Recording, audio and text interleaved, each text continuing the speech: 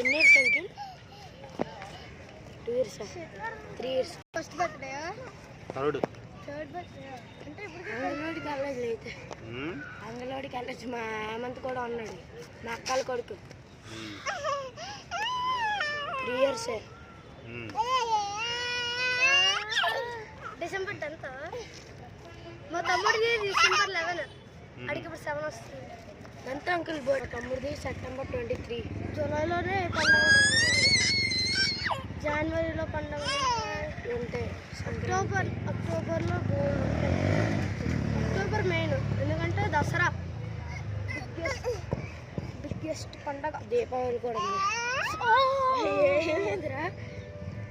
November 4th నాగాల Chavithi. ఏమైంది?